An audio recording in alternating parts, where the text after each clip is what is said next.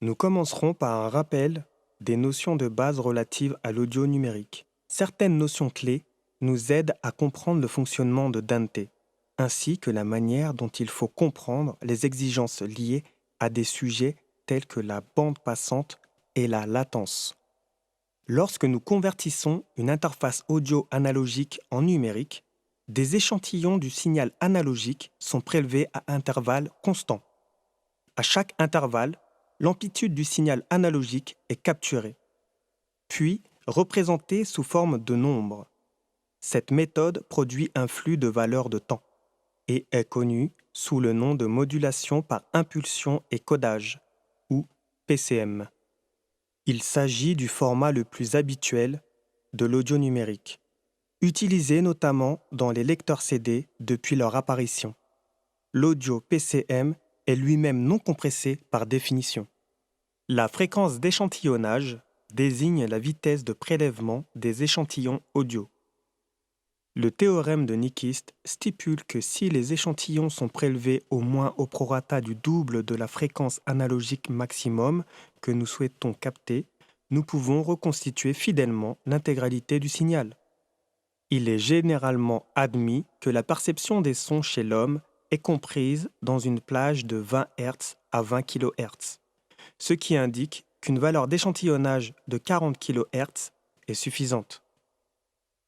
Dans la pratique, cette valeur est augmentée jusqu'à 44,1 kHz, l'ancienne norme CD, ou 48 kHz, la valeur la plus habituelle en audio professionnel, car ces valeurs conviennent bien au nombre d'images par seconde définies par les normes cinématographiques et vidéo.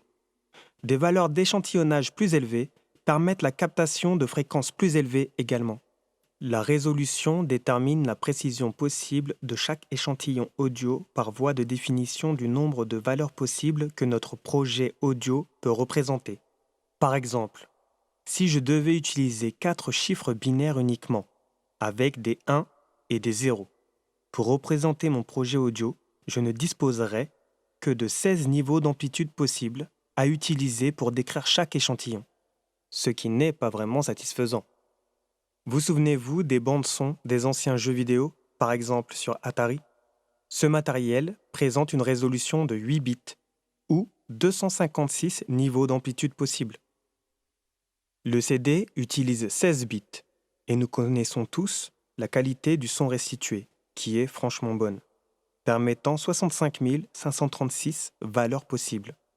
Lorsque nous passons à 24 bits, nous obtenons 16 777 216 valeurs possibles. D'un point de vue purement technique, la hausse simultanée de la fréquence d'échantillonnage et de la résolution améliorera la fidélité absolue de restitution sonore d'un système, puisque chacun de ces deux paramètres représente plus de données captées par seconde. Les opinions au sujet de la perception du son chez l'être humain sont d'une grande diversité et Dante n'impose aucun jugement de valeur à cet égard.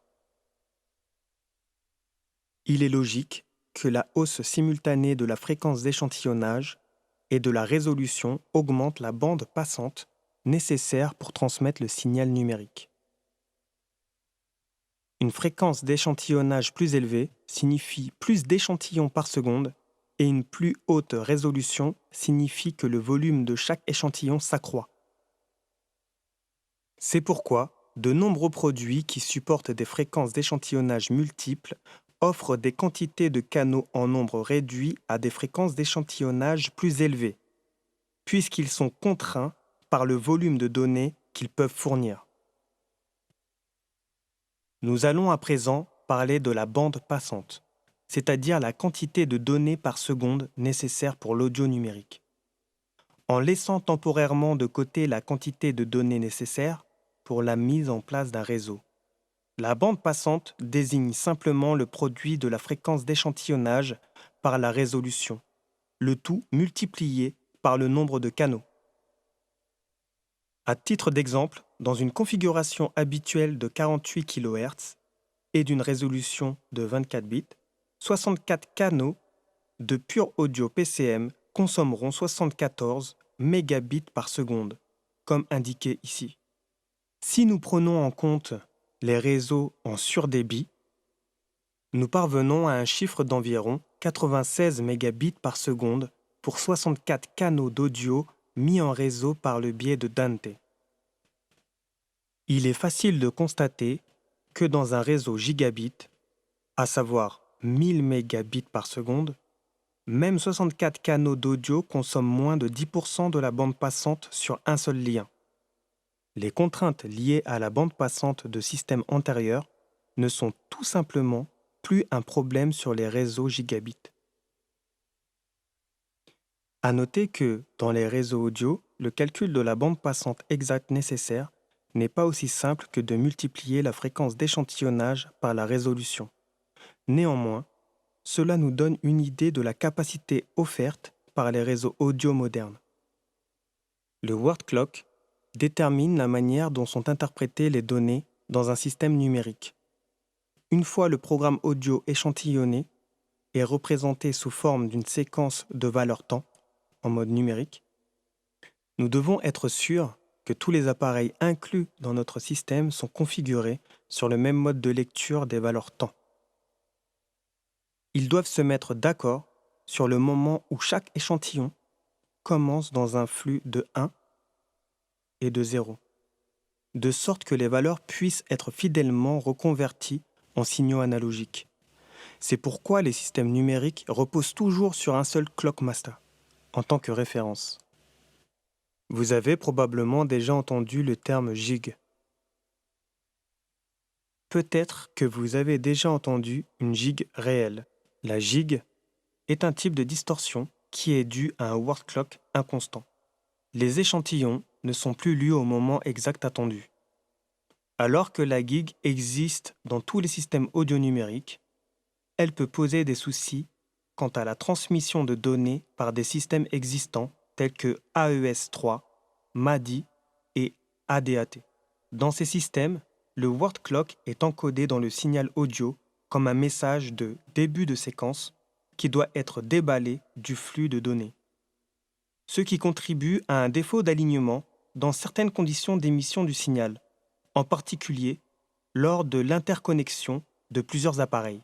La solution classique consistait à utiliser un clock externe et coûteux qui synchronise chaque appareil en imposant ainsi l'alignement du clock entre eux.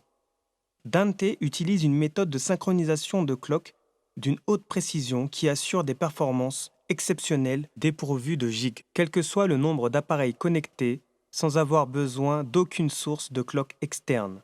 La latence est un problème dans tous les systèmes audio. Elle représente le retard occasionné par le transport et le traitement des signaux audio. Ce problème est surtout important lorsque les signaux normaux et retardés sont entendus simultanément, comme lors d'une séance d'enregistrement en studio sur un système d'enregistrement numérique, ou des retours sur scène qui sont combinés avec le son d'instrument en direct. Bien entendu, la latence audio est très prononcée sans aucune électronique, puisque le son est transmis à une vitesse d'environ 343 mètres par seconde. Chaque segment de 34 cm nécessite environ 1 milliseconde.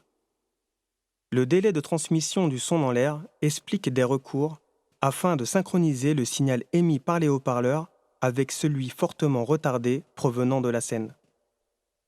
Si vous souhaitez entendre le son d'un système avec un délai d'environ 2 millisecondes entre les sources d'émission, placez-vous à mi-distance entre les deux haut-parleurs et décalez-vous de 34 cm, vers la gauche ou vers la droite. Dans des solutions de réseau audio plus anciennes, comme le VoIP, une haute latence était un réel problème, comme nous allons le voir dans un domaine dans lequel Dante vous offre un contrôle total. Pour conclure cette partie, l'audio numérique fonctionne par la lecture ou l'enregistrement d'échantillons. Le nombre de bits indique l'amplitude de résolution et la fréquence d'échantillonnage détermine la fréquence maximale supportée par le système. Le word clock est la clé de transmission précise du signal audio numérique parce qu'il s'agit du traitement des données en fonction du temps. Voilà pourquoi Dante utilise un programme de distribution par voie de clock. conçus pour être robustes et parfaitement synchronisés, même en cas de gestion de centaines d'appareils.